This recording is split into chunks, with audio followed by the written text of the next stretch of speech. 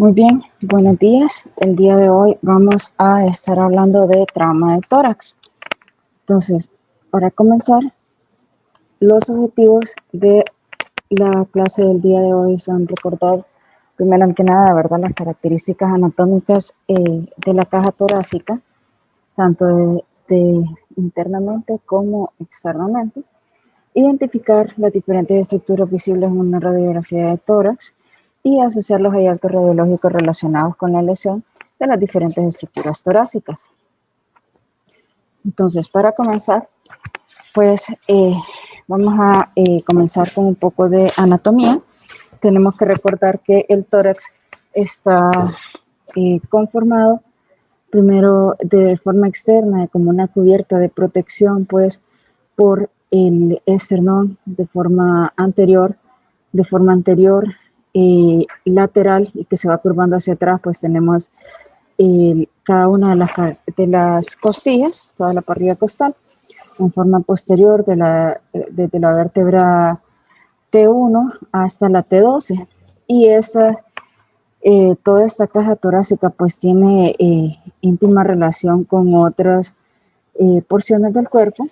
Por ejemplo, recordar siempre, ¿verdad?, que el opérculo torácico superior, que es el que está formado entre T1, la primer costilla, y que se va a articular esta con el manubrio external, por eso vamos a tener una relación con el cuello.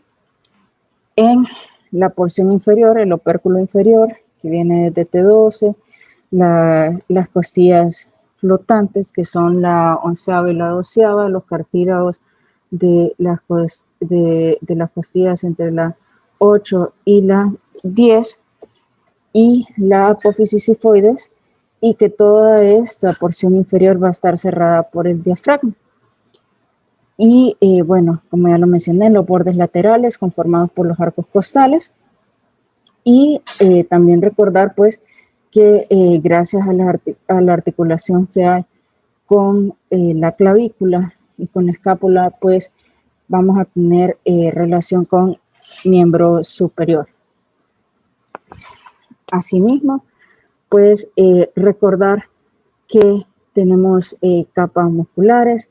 De forma anterior vamos a tener el pectoral mayor, menor, de forma entre las costillas, conformado por los músculos intercostales, en su porción, bueno, de sus diferentes capas, ¿verdad?, la externa, interna e íntimo, que en la porción inferior de la parrilla costal vamos a tener el paquete neurovascular.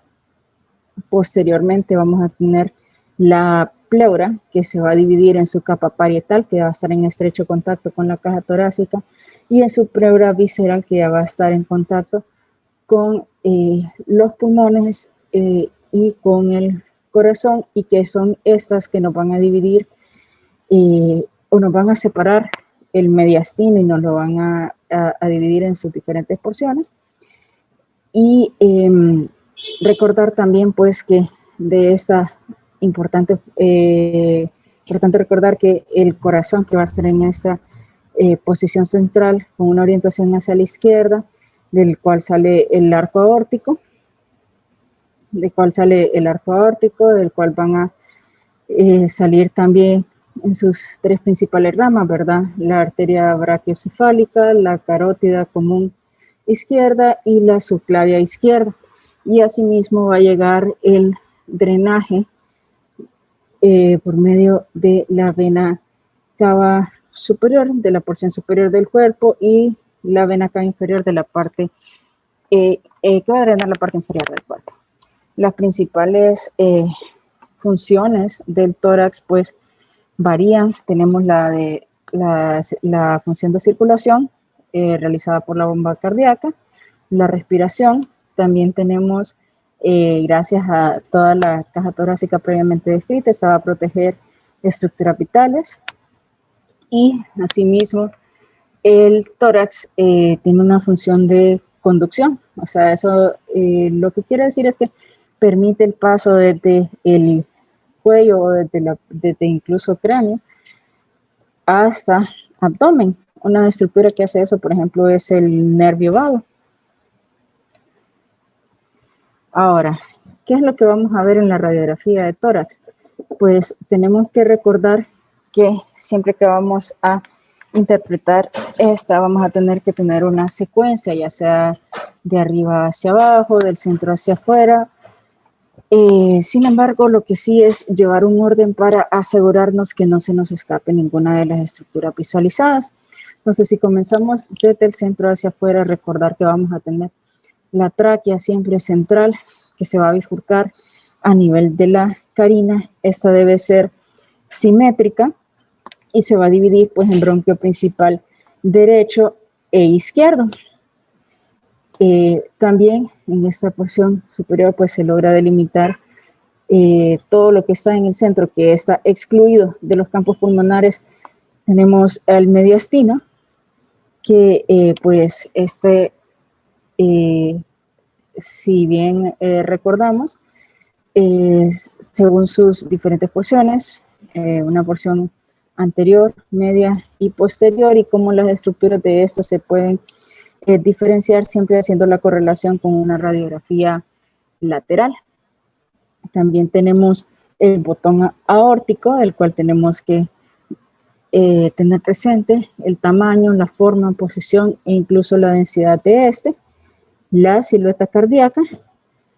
En cuanto a esta, ver si esta no está aumentada de tamaño, eso considerando siempre el índice cardiotorácico, ver si no hay prominencia de alguna de sus cavidades.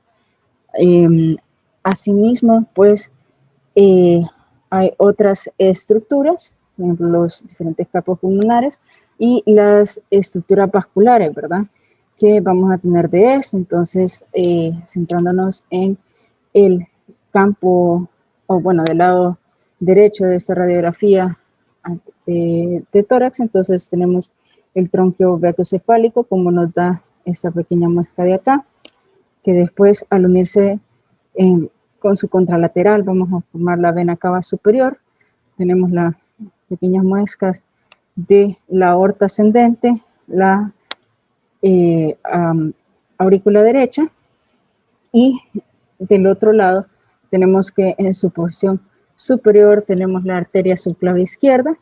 Aquí tenemos el botón aórtico o el callado aórtico, que está casi que la silueta en continuidad con el tronco de la arteria pulmonar, que nos van a dejar un espacio o la ventana aortopulmonar entre ellas. También la aurícula izquierda y el ventrículo izquierdo. Eso siempre en cuanto a las porciones centrales, ¿verdad? Recordar también que tenemos los campos pulmonares, y estos, pues, lo que se ve va a ser la trama vascular que discurre en ellos, rodeados de la parrilla costal, que debe seguirse desde su porción más interna, siguiendo todo el recorrido lateral hasta su porción posterior, para asegurarnos que no haya ninguna lesión de ellas. En la porción inferior podemos ver el músculo diafragma. Tenemos que asegurarnos siempre que se logre ver bien que esté bien tomada la radiografía para poder delimitar bien los ángulos costofrénicos de ambos lados, y que nunca se nos vaya a olvidar que también tenemos que evaluar los tejidos blandos circundantes. Ahora, en el trauma, recordemos que usualmente el paciente pues no está en las mejores condiciones para poder tomarnos todo el tiempo de hacer un estudio que muchas veces puede, ya sea, valga la redundancia, ¿verdad?, tomar demasiado tiempo, porque está en juego la vida del paciente. Entonces, usualmente lo que se pide son radiografías, en algunos casos portátiles, dependiendo de la condición del paciente, y lo que casi siempre, o lo que siempre debe pedirse, es la radiografía de columna cervical, de tórax y de pelvis. Y recordar que estos estudios pueden ser complementados con una tomografía computarizada, y esta pues va a ser mucho más sensible que la radiografía para poder delimitar mejor contusión pulmonar, neumotórax y hemotórax, que son algunos de los temas que vamos a estar tratando hoy. Entonces, comenzando con el tejido celular subcutáneo, una de las afectaciones que vamos a ver es el enfisema subcutáneo. Este se define como aire en los tejidos extratorácicos. La principal causa es por una lesión respiratoria o del sistema digestivo. Entonces, lo que vamos a ver es cómo este aire, que ya sabemos que es radiolúcido, en este caso va a delimitar las fibras musculares, va a ir disecando las partes por las que va pasando y separando en capas. Y en este caso tenemos el famoso cingo del Gingo, en el cual podemos ver estas estrías radiolúcidas que van a delinear la fibra del músculo pectoral mayor. En esta otra radiografía de un paciente que también, debido a tórax y que tenía a una lesión traumática de tórax y que tenía neumotórax, se le colocó un tubo y podemos ver un tubo de drenaje pleural y podemos ver otra vez el signo del Gingo. Sin embargo, cabe mencionar que esta vez el enfisema se extiende de manera bastante importante hacia las porciones cervicales. Podemos ver cómo están afectados también los tejidos blandos, incluso llegando a afectarse el miembro superior y cómo este va bajando hacia la cavidad abdominal. Cabe recalcar también que en esta radiografía pues podemos ver que hay datos de neumomediastino. Como pueden ver, el mismo aire ha separado las capas parietal y visceral, y podemos ver cómo se delimita muy bien la silueta cardíaca. De esa entidad vamos a hablar un poquito más adelante. Ahora, también podemos tener hematomas subcutáneos.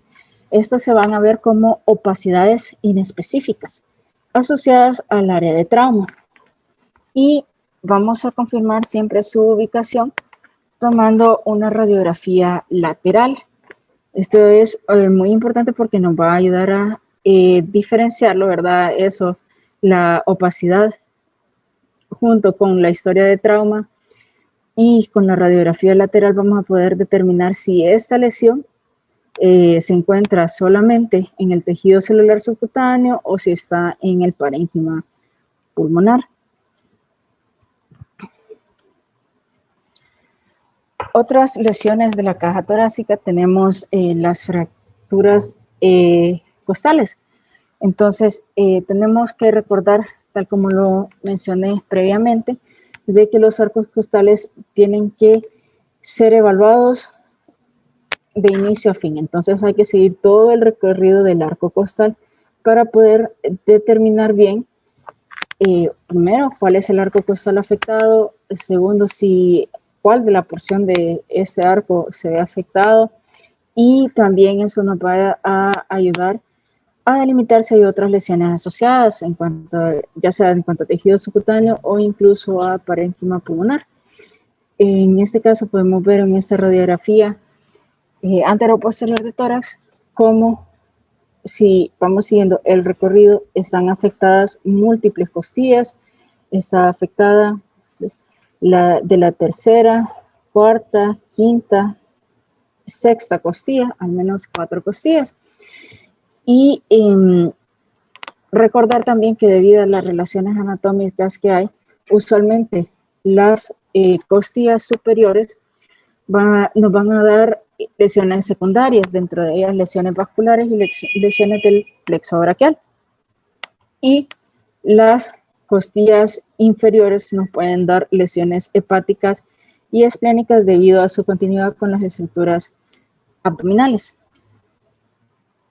Ahora, cuando hay fractura de 2 sitios en 3 o más arcos costales consecutivos, esto se denomina tórax inestable, y esta va a dar una respiración paradójica, ya que en la inspiración, cuando la presión torácica se aumenta, en vez de expandirse todo el tórax, la porción afectada va a verse, se va a prolongar, pero hacia adentro de la caja torácica, asimismo en la expiración. Entonces, eso da una respiración también denominada en bamboleo. Y aquí tenemos un ejemplo de una radiografía anteroposterior de paciente que secundario trauma tiene fractura de los arcos costales de la porción del hemitórax izquierdo. Como podemos ver, es más de un arco costal afectado. A ver, 1, 2, 3, 4. Podríamos decir que hasta 5 arcos costales afectados que clínicamente se van a ver como esa respiración paradójica secundaria al tórax inestable que está ocasionado, ¿verdad? Asimismo, recordar que también tenemos otras estructuras, además de esta, como ser la escápula y la clavícula. En cuanto a la escápula, recordar que esta pues está en estrecho contacto con el manubrio esternal y se va a articular junto con la escápula. Esta tiende a lesionarse en el tercio medio, que es la porción, por así decirlo, más débil, ya que está más alejada de estas dos articulaciones. Y las lesiones escapulares pues pueden ser por fractura, nos pueden dar una disociación escapulotorácica, se puede dislocar esta, eso entre algunas de las manifestaciones. Y en esta radiografía pues también podemos ver una fractura, esta era la escapular, una fractura clavicular ya mencionada. Y en las fracturas claviculares lo que sí podemos tener lesiones de estructuras mediastinales si hay una dislocación posterior de esta. Cabe recordar de que los tramos que implican fractura de alguna de estas dos estructuras óseas pues son denominados traumas de alto impacto. Y pues otra que no se nos podía escapar pues es la fractura del esternón. Realmente esto no es una fractura muy común, sin embargo, pues lo que se va a observar va a ser más prominente o va a ser más evidente en una radiografía lateral de tórax en el cual se puede ver la disrupción del esternón con un aumento, edema o incluso hematoma retroesternal acompañado de importante edema de tejidos blandos.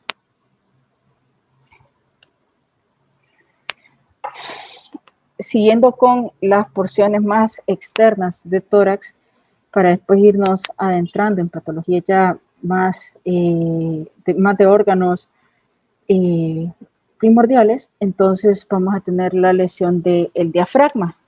Entonces, tenemos diferentes tipos de lesiones a nivel del diafragma según cómo haya sido la orientación de la disrupción de sus fibras. Tenemos, por ejemplo, aquí están especificados cada uno. Tenemos las radiales que siguen el contorno, aquí como pueden ver en la letra A, siguen el contorno y la disposición de las fibras musculares del diafragma. Las que ven aquí como B son las lesiones centrales, en las cuales van en contra o perpendiculares a las fibras musculares. La C es cuando hay una lesión periférica y la D son aquellas lesiones radiales. Estas tienden a ser las más frecuentes encontradas como hallazgo quirúrgico. Y lo que vamos a ver en la radiografía va a ser alteración del contorno del diafragma con herniación de los órganos abdominales hacia cavidad torácica. Esto se puede manifestar como opacificaciones basales. Usualmente se ve acompañada por neumoperitoneo y también podemos ver el signo de la cópula, que es en este caso, si seguimos el hemidiafragma derecho, podemos verlo en cepular derecho, pues podemos verlo bien en toda su extensión. Sin embargo, el izquierdo pues este está perdido y vemos cómo el estómago sobrepasa hacia cavidad torácica. Podemos ver aquí la burbuja gástrica y cómo incluso se borra debido a la cantidad de gas la silueta cardíaca. En esta otra radiografía anteroposterior que tenemos a la derecha de la pantalla, podemos ver cómo en esta instancia lo que es una sonda orogástrica, como esta, entra muy bien por el esófago, sin embargo, presenta una curvatura, indicando que el estómago también se ha herniado hacia cavidad torácica, acompañado de el colon en su flexura esplénica. Asimismo, podemos tener el signo del doble diafragma, que es cuando hay una lesión de las estructuras abdominales, y lo vamos a ver como ese neumoperitoneo. Podemos ver como el gas diseca esta porción y se va a ver como que el diafragma presentara dos líneas, por eso mismo, ¿verdad? En cuanto al espacio pleural, pues tenemos varias lesiones. Una de las más frecuentes es el neumotórax, en el cual consiste en aire en el espacio pleural. Eso significa entre la capa visceral y parietal del mismo. Es bastante frecuente tanto en trauma penetrante como contuso, y se refiere que en cuanto a trauma contuso, pues se asocia hasta en un 40% a fracturas costales. Vamos a delimitar una línea pleural debido a esta separación de las dos capas de la pleura, una línea pleural con ausencia de la trama vascular en la porción externa. Entonces, eso es mucho más evidente cuando se toma una radiografía de pie, ya que cuando el paciente se coloca en decúbito supino, el aire tiende a acumularse en los recesos anteromedial y subpulmonar, y eso nos va a dar, por ejemplo, otros signos, como ser el signo del surco profundo, el signo del doble diafragma, y esos los vamos a ver un poquito más adelante. Y en esta radiografía anteroposterior de tórax nos vamos a enfocar en esta separación de las pleuras, como pueden ver aquí en la porción periférica, en el cual se puede ver que a partir de este espacio hay ausencia de la trama vascular.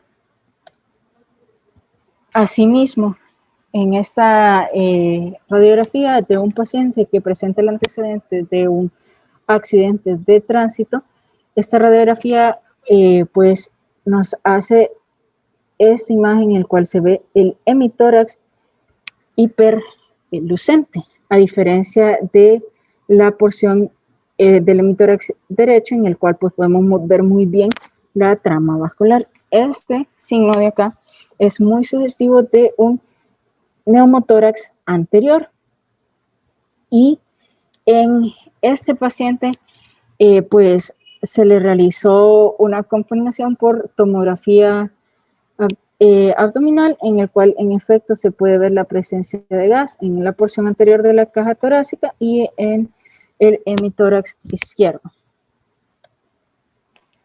Ahora, cuando el aire puede entrar pero no salir de la caja torácica, entonces nos va a dar algo denominado un neumotórax a tensión.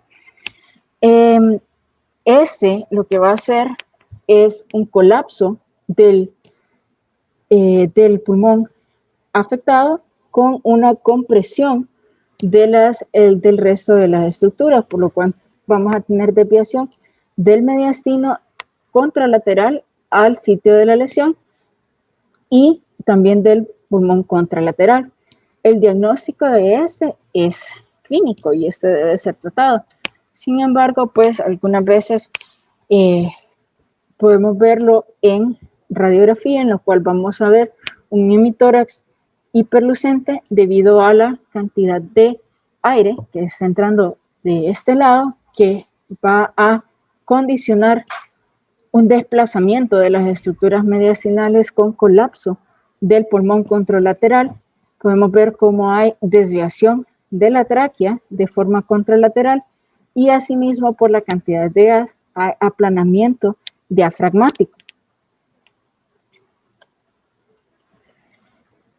Esta es otra radiografía en la cual podemos ver un neumotórax, atención, del hemitórax izquierdo que igual condiciona pues los hallazgos descritos previamente, que son la desviación de la tráquea, desplazamiento del mediastino contralateral al sitio de la lesión y también el colapso pulmonar del lado afectado con compresión del campo pulmonar contralateral. Ahora, cuando hay presencia de aire en las estructuras mediastinales, esto se denomina neumomediastino. Y esto lo que va a hacer es, así como en el neumotórax, el desplegamiento lateral de las dos hojas pleurales. Esta imagen es fácilmente, es más visible según las estructuras que se ven afectadas. Podemos ver, por ejemplo, en esta imagen de rayos X anteroposterior, cual el aire va disecando las capas pleurales que están rodeando la aorta ascendente. Asimismo, vemos cómo rodea la carótida izquierda. Y en una radiografía lateral vamos a tener el signo del anillo, que consiste pues en esa misma separación de pleuras por el aire que se encuentra en el mediastino, en este caso rodeando la arteria pulmonar. Y así como mencionado previamente, pues si son un poquito acuciosos, van a poder delimitar también ese neumomediastino en la porción ascendente de la aorta torácica. Cabe mencionar que otro de los signos que se encuentra en neumomediastino es el signo del diafragma continuo.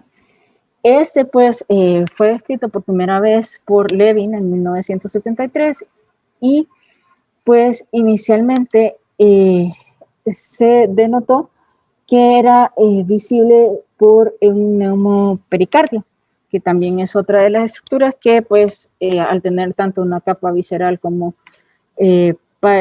parietal, pues van a poder ser estas dos separadas por la cantidad de aire que hay, y se observa como una banda radiolúcida que delimita la porción inferior de la silueta cardíaca. En este caso también se ve separación radiolúcida de la silueta cardíaca en relación a la grasa retroesternal.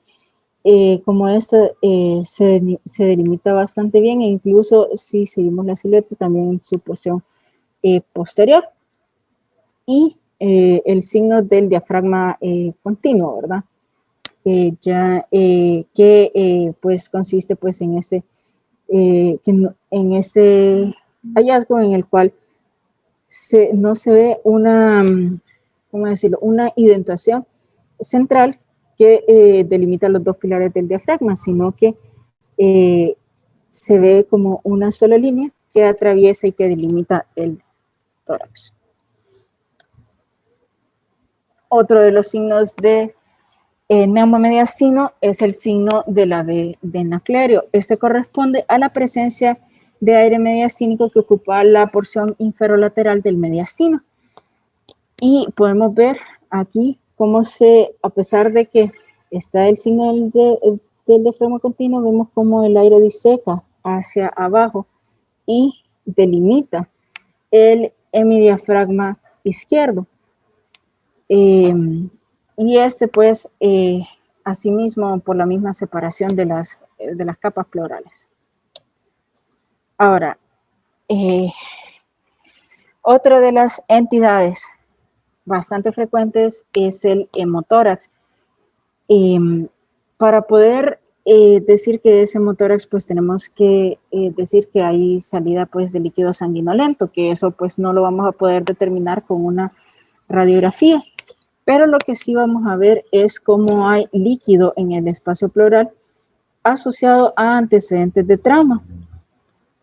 Esto secundario, este trauma va a generar una laceración de las capas pleurales, ya sea asociado a una fractura costal, a un trauma penetrante, en este caso un trauma realizado por una herida por arma de fuego, y en ocasiones incluso se puede relacionar con otras causas, por ejemplo, una causa iatrogénica en una colocación de catéter venoso central o en un paciente que esté utilizando anticoagulantes. ¿Qué es lo que vamos a ver? Pues un hemotórax opacificado con borramiento del ángulo costodiafragmático, y eso va a generar desplazamiento contralateral de las estructuras mediastinales.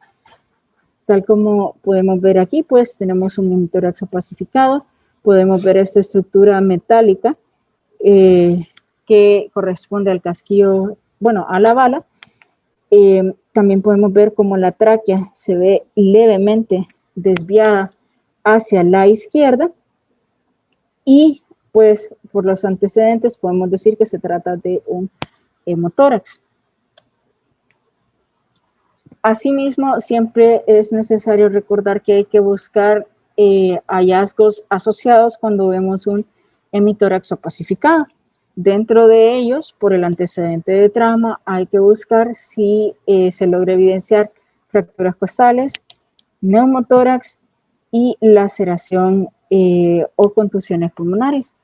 Y cabe recalcar, pues, que en una radiografía de pie se necesitan al menos 200 a 300 ml para lograr el borramiento del ángulo costodiafragmático en la proyección antero-posterior, no así en una proyección lateral, que es más sensible. Y también recordar que nos podemos, pues, auxiliar de otras modalidades, dentro de ellas el ultrasonido de tórax o incluso una tomografía. Ahora, cuando hay lesión ya del parénquima pulmonar, vamos a tener lesiones como la contusión pulmonar, que es la presencia de una lesión hemorrágica que ocupa el espacio aéreo y el intersticio sin interrupción mayor de la arquitectura pulmonar. Esto se va a observar como opacidades de bordes irregulares en relación al sitio del trauma. Se ve muy frecuente asociado a fracturas costales. El mecanismo principal puede ser la disrupción de los capilares, de las paredes alveolares, de los septos, provocando fuga de sangre hacia el espacio alveolar y el intersticio. En radiografía, estos hallazgos son visibles hasta 6 horas después de la producción de la lesión. Sin embargo, se menciona que la modalidad la mejor modalidad para poder estudiar es la tomografía computarizada, en el cual los hallazgos van a ser casi inmediatos. La resolución de estas lesiones comienza de 24 a 48 horas después de que se produjo, y se dice que hay una resolución completa de estas de 3 a 10 días después. Y debido a que, pues, es una lesión, puede dar varias secuelas a largo plazo orientadas a la fibrosis, y que cuando hay una afección mayor del 20% del parénquima, que ya se conoce como una contusión pulmonar masiva, eso va a predisponer a síndrome de distrés respiratorio agudo. Cuando esta es más grave, es una laceración pulmonar, en la cual hay disrupción del parénquima pulmonar que va a originar una cavidad en el pulmón. Entonces, en esta cavidad se va a almacenar sangre o incluso aire o ambos, y vamos a tener una lesión circunscrita que va a estar llena de líquido, de aire o ambos, asociados al antecedente de trauma. A diferencia de la previamente descrita, la resolución de esta es lenta. Tarda aproximadamente 3.5 semanas, y esta sí puede dejar secuelas permanentes que se van a ver como una lesión nodular en el parénquima asociado al sitio del trauma. Ahora, todas estas lesiones pueden dar ensanchamiento mediastínico según las estructuras mediastínicas afectadas. Las principales causas del ensanchamiento mediastínico son el aneurisma de la aorta torácica, disección de la aorta ascendente y descendente proximal, desdoblamiento de la aorta, rotura traumática de la aorta. También otras causas, pues, no traumáticas, tenemos la linfadenopatía ileal, las masas mediastinales, mediastinitis, taponamiento cardíaco y fracturas sí son causas traumáticas, pero para que vean que no solo trauma, pues causa el ensanchamiento mediastínico.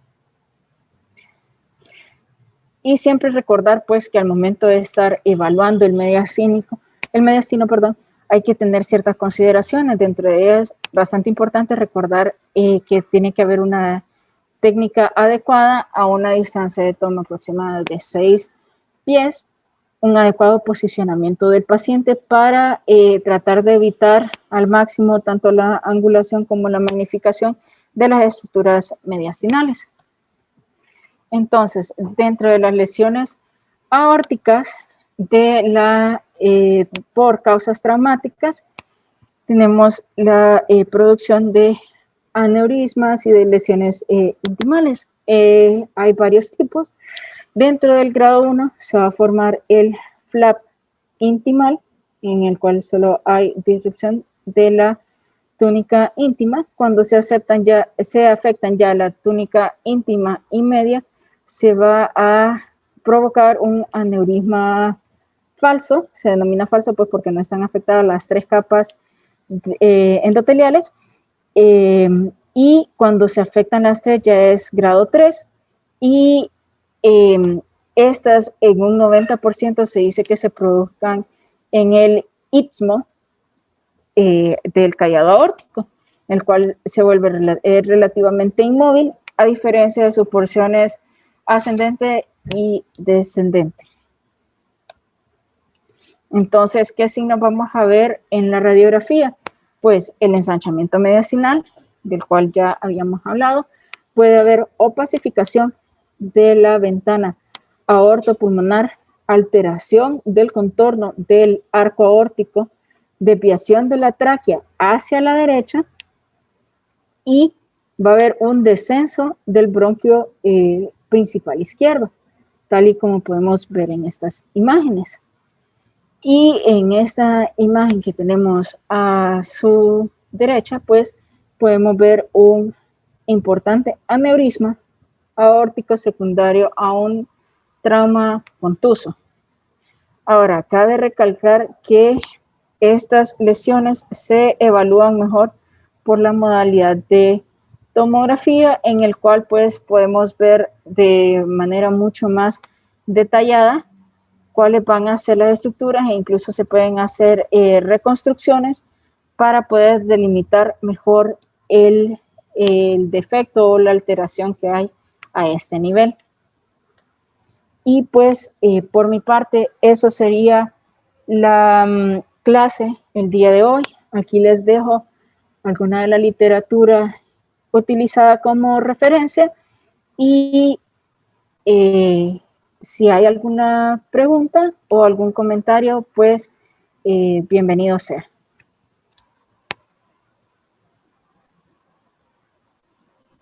¿Tienen dudas, preguntas?